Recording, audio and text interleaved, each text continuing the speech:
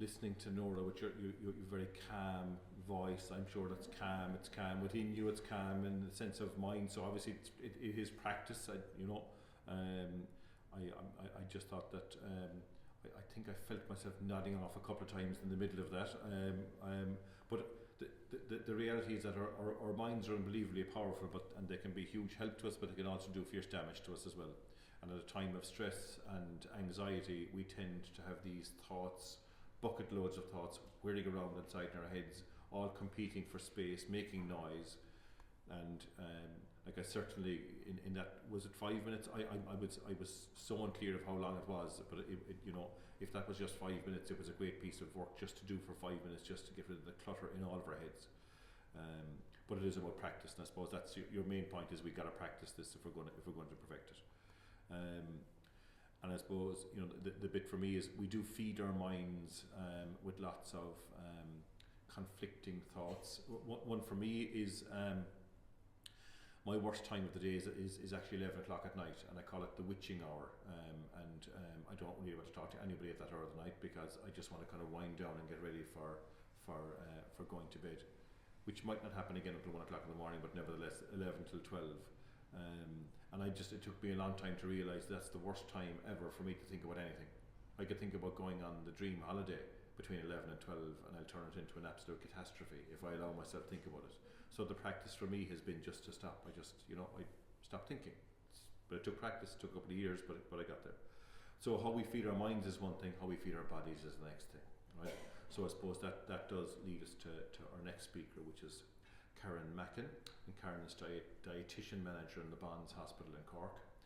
And she graduated in 1995 with a degree in Nutrition and Dietetics, and she has subsequently undertaken additional qualifications in Healthcare Management and also in Psychology.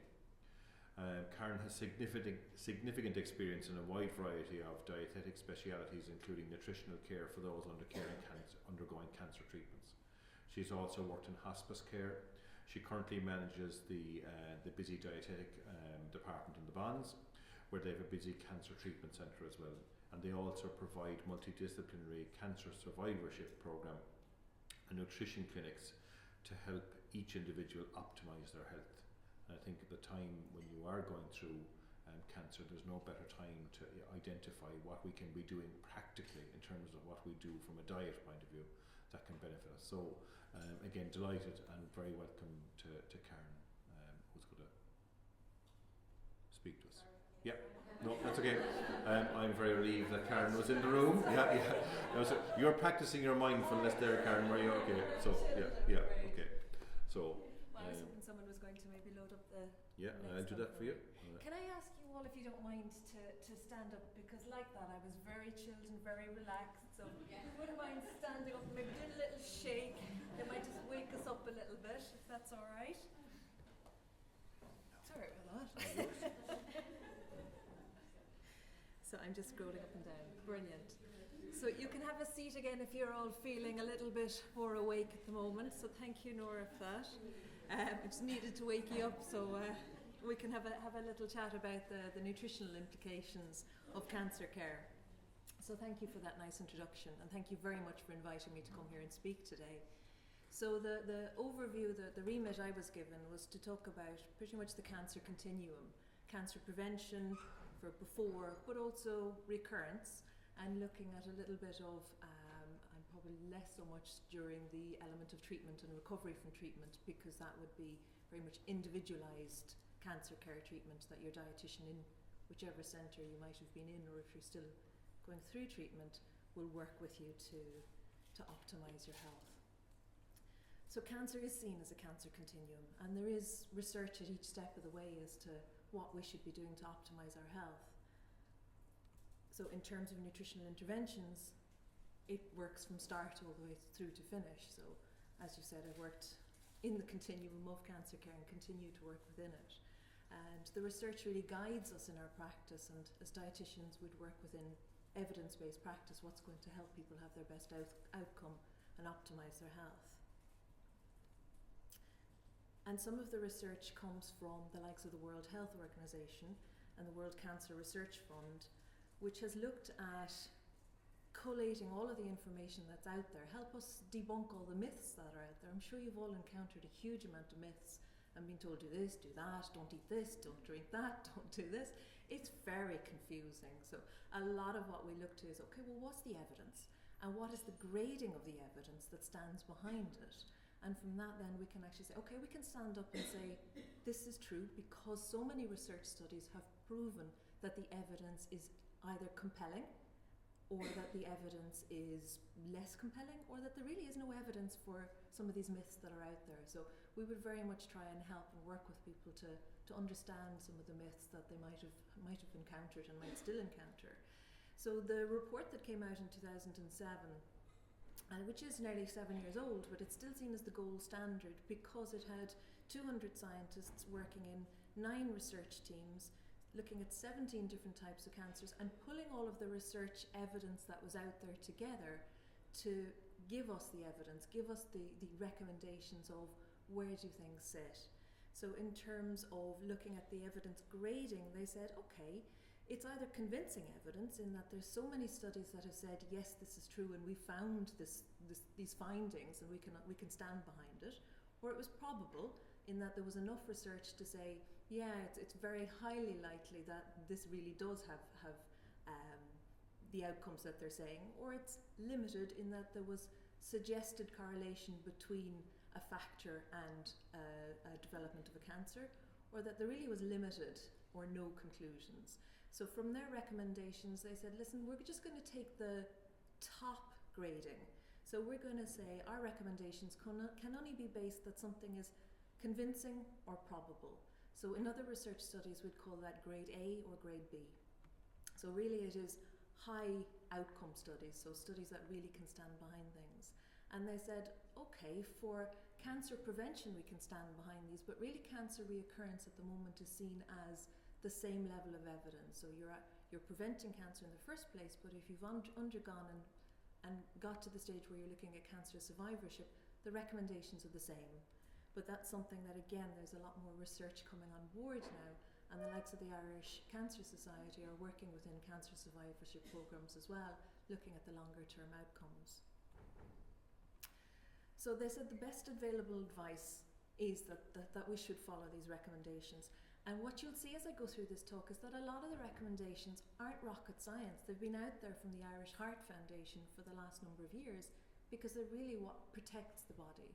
So cancer prevention is also heart prevention, and it's healthy eating advice. So a lot of the myths that are out there may well not be so founded. So hopefully I'll help you debunk a little bit of those. One of the things that they did come out with was that we should be as lean as possible without becoming underweight. They gave us the parameters of saying that should be a body mass index of 18.5 to 24.9. In Ireland, we pretty much look at 19.5 to 24.9 because of our genetic makeup being slightly different. But this was on a global perspective, so they needed to take in the countries like Pakistan, India, Asia, that would have a leaner genetic predisposition than we would have. So we would sit that our BMI charts are around 19.5 to 24.9. So if someone is underweight, they need to come back and optimize their health and not be so underweight. If someone is sitting on the overweight category, they don't necessarily need to achieve these targets to hit the cancer recommendations. It's that you're optimizing your health, and if you are very overweight, a moderate weight loss can improve your health and your survivorship outcomes. So from the Irish Heart Foundation, we know that we have the waist circumferences incorporated in there as part of the risk. So for some people, they don't look at BMIs, they look at waist circumference. So for heart disease, we're looking at circulating fats around the midriff, where they call women pears and men apples. It's pretty much saying what's circulating around the midriff is more circulating and storage of fats. And that's why the waist circumference is taken as one of the parameters that is used for health and well-being. So in terms of the evidence, this report said that, okay, excess body fat does have convincing, so that's the grade A evidence, for bowel, esophageal, pancreatic, kidney, endometrial, and breast, with the breast was sitting for postmenopausal women. They then said we should be physically active for at least 30 minutes every day. And we hear this from the Irish Heart Foundation. So We know this. This isn't, again, anything particularly novel for us. So 30 minutes every day is pretty much saying they're aiming for the Irish Heart Foundation guidelines are 150 minutes a week, or aiming towards the 10,000 steps if someone is using a pedometer. So they've said that this gives us convincing evidence for protection against bowel cancer. And part of that we feel is that with mobility comes an improvement in transit time. So if someone is prone to constipation and gets more mobile, the bowels get a bit more activity going. So that may well be part of the element that's at play there for us. They also felt that it's protective against breast cancer and endometrial cancer, and that could also be a linking back to weight. As we get more active, we tend to be more health conscious in ourselves, therefore we start looking to what our weight is and maybe cutting back a little bit. So there could be an interlinking between the two of those as well. They then said we should avoid sugary drinks and limit consumption of energy-dense foods. And this would really link back to weight again. So if we're consuming a lot of high-energy foods, it's going to affect our weight. So a lot of that would be, again, information, I suppose, that is out there in the media already. And there's a lot of advertising from the Department of Health and Children at the moment. You'll see the Safe Foods ads where the kids are going to the fridge and they're drinking the orange juice and then they're showing them growing in size. So they're trying to get the message out there, really, we should be watching our sugar consumption to help with weight management for the longer term. Eating more fruit and vegetables, I'd say you all have this message in your head. It's one that's been harped on for years. So again, it's not rocket science. But why should we eat more fruit and vegetables is because these are what we call our superfoods. So every now and again you see them standing up and going, there's a new superfood, it's broccoli, it's goji berries, it's blueberries. Really what we'd say is it's a rainbow. The most variety of foods you can get will give you the best variety of vitamins and minerals and phytochemicals. So looking at why, basically our vitamins, minerals and our phytochemicals, and the phytochemicals are things like, why does garlic smell?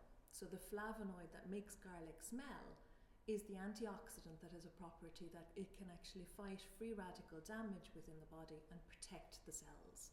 So cell protection is protecting the body against mutations, which is where cancer stems from. They also would say that if we're taking in a variety of fruits and vegetables, we're protecting the immune system, of which we're looking at the gut. So if we're looking at the health of the gut, it's one of our biggest protective barriers that we have within the body. So anything that will protect the gut and work on transit time of the gut will improve our health outcomes. Now Dermot, who's one of our oncology dietitians, has a jump up and down about, okay, I love my cereals and my grains, but I need to make sure they're not mouldy because the alpha toxins are the demons of everything. So really what we'd be saying is, yes, do eat plenty of pulses and cereals, but for people who maybe soak and sprout pulses, they just need to watch that they don't go mouldy, that you're changing the water on them. So certainly we'd find people do a lot of sprouting veggies, and you need to just be quite conscious that the water is changed if you are doing your own sprouting of pulses. And by that I'd mean your beans, your peas, your lentils. Some people would sprout those. So again, the alpha toxins have a carcinogenic effect within the body. So it's one thing to balance out. They then came out with a limit consumption of red meats and avoid processed meats. And this is something that was out there for a good number of years anyway. And a lot of it would have sparked initially from the thoughts of, if we burn meats, the likes of our barbecuing, we're creating carcinogens by the actual burning, the charring of meats. So they then came out and said, okay, it's also an element of that the iron content of red meats can actually damage the lining of the colon by having an element of that free radical damage that can be done within the gut. So they then said we probably should limit the red meats, and they talked about reducing the amount of preservatives that we get within things like our salamis and our salted meats and things like that, and that there's an element of carcinogenic formation in the preservation of meats if they're kept for too long.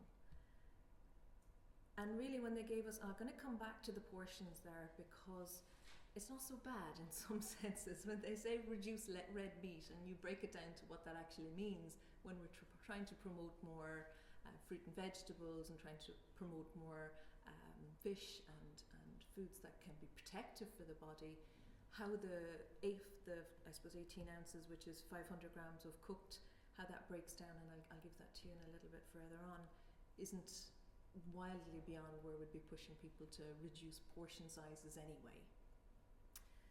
Alcohol, they would say limit drinks to a drink a day for women, and that this was pretty much convincing for mouth, pharyngeal, larynx, esophageal, breast, and in men in particular it links to bowel.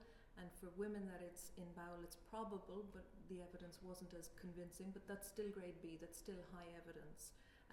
And that liver cancer is also an issue. They feel that it may damage the DNA, and a lot of that is looking at the genomes within the gut as well. So again, taking in a lot of alcohol will actually kill off some of the bacteria within the gut, so there could be an element of play in there of the genome basis of protecting the gut. And they said it was, particularly harmful if you link smoking in with it, so that the two together strengthen the risk outcomes. Limit consumption of salty foods and processed foods with salt. Again, this is an Irish Heart Foundation message that's been out there for the last number of years, so limiting very salty foods, trying to take down the amount of salt that we have coming in a day to about 6 grams, which is basically saying you're limiting your salty meats, which in Ireland that's our bacon, so people look at me and go, I'm cutting back my bacon, but it's also our fry-ups in the morning, and it's saying, okay, soups and sauces, limit those, but it's more so the salt we're adding onto the food on the table. If we could cut that back, then we start to get closer to the recommendations.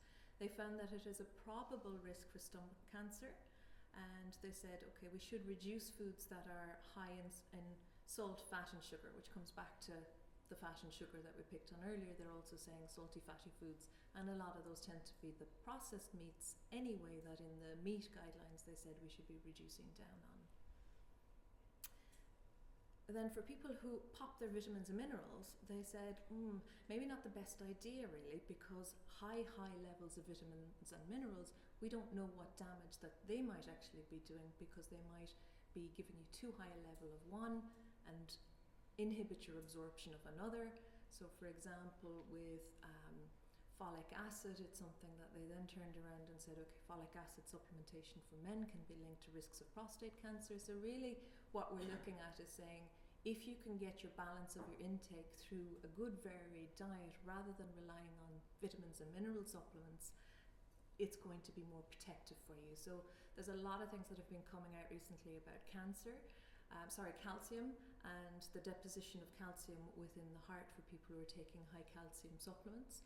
So again, there's more and more we start to learn that supplements the body doesn't deal with, as well as if we take it in food source, we can absorb it and use it more effectively, and the body can get rid of what it doesn't need better if it's taking it in a food source as opposed to in supplementary levels.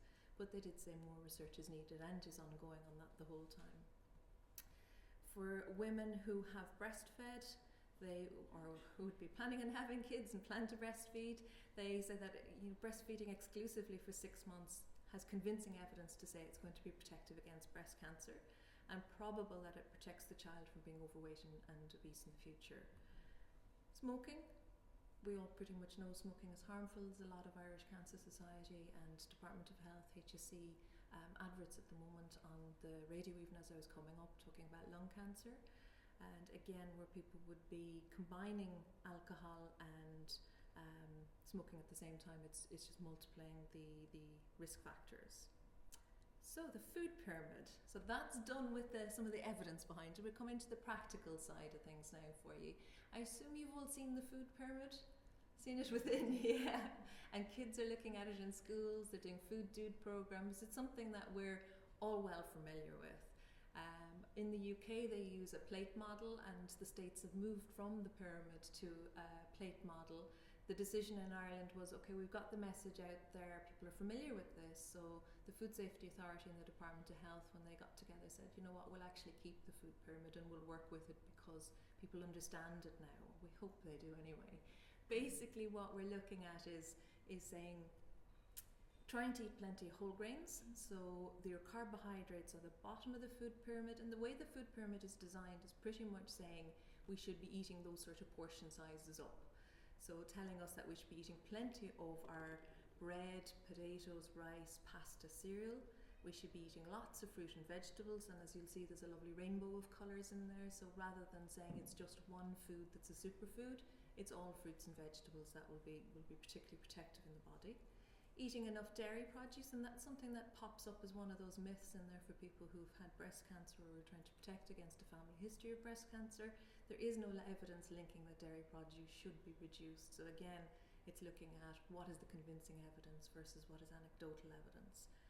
Looking at the meat, chicken, fish, again, as you see, this is coming to the top of the food pyramid. So really where our plates are made up of a 12-ounce steak with a little bit of veggies on the side and loads of chips, that needs to be swapped around a little bit. So it's not that they're saying we can't have the steak, it's the portion size of it that we're having. So it's all about moderation and how the plate is made up. And then the top of the food pyramid, which is where our biscuits, our cakes, our sweets, our chocolates, our spreads, our butters, our alcohol, our sugary drinks, that's pretty much saying it's the smaller portion. It's making up too much of our diets at the moment because it's become so readily available. So if you think 50 years ago, those really would have been very limited foods, and yet they've become so readily available.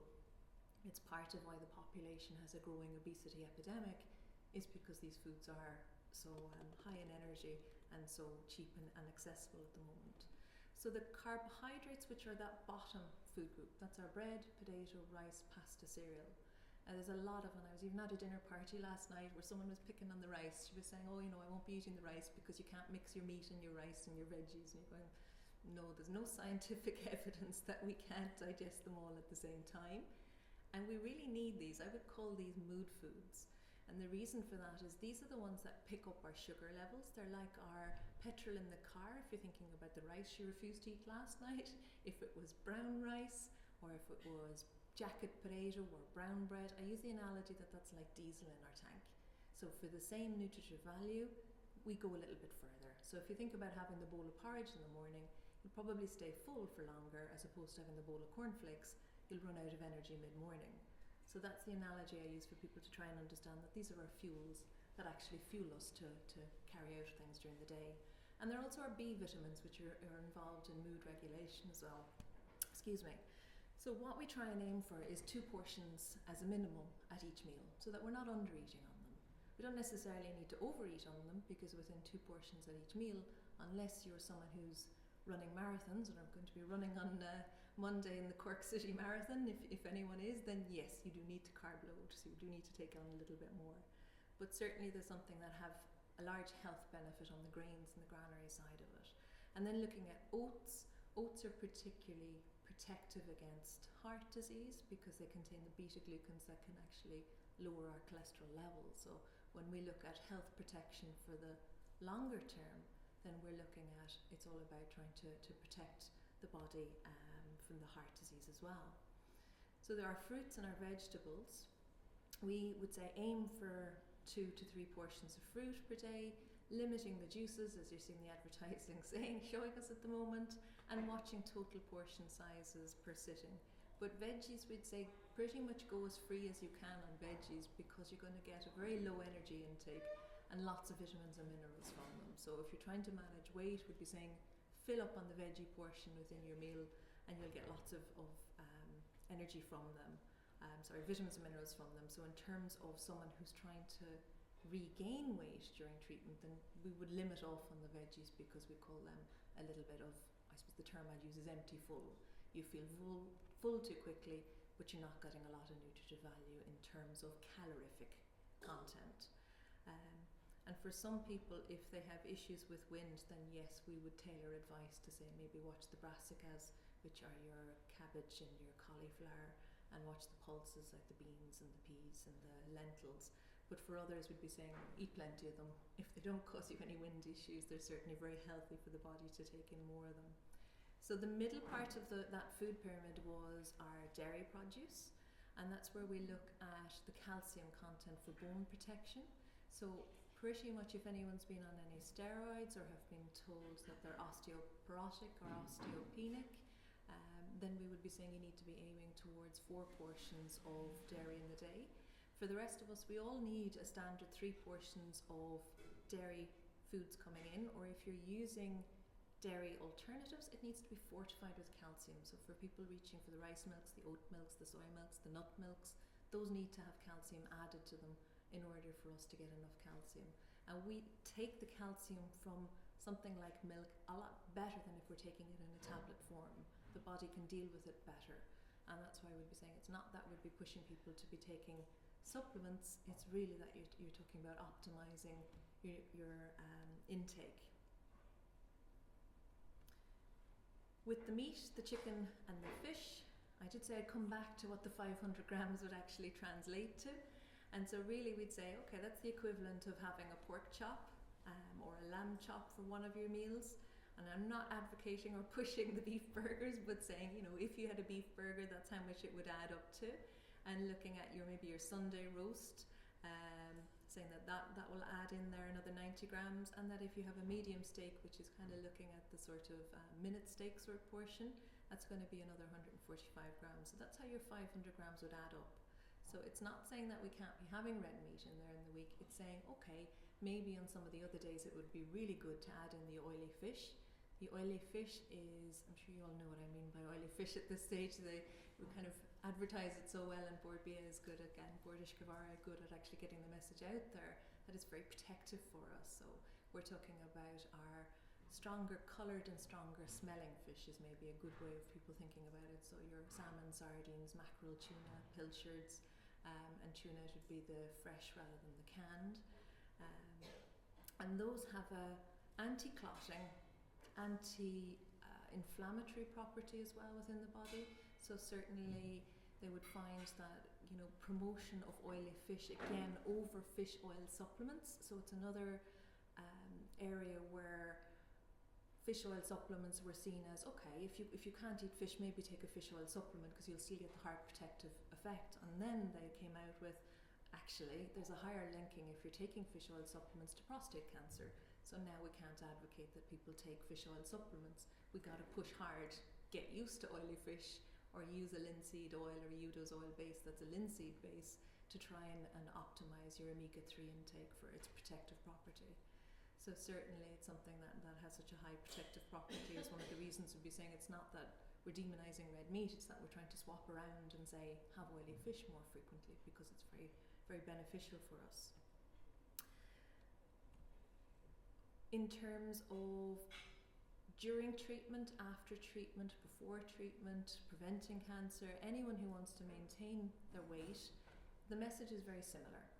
So it's not that it's any way different for anyone.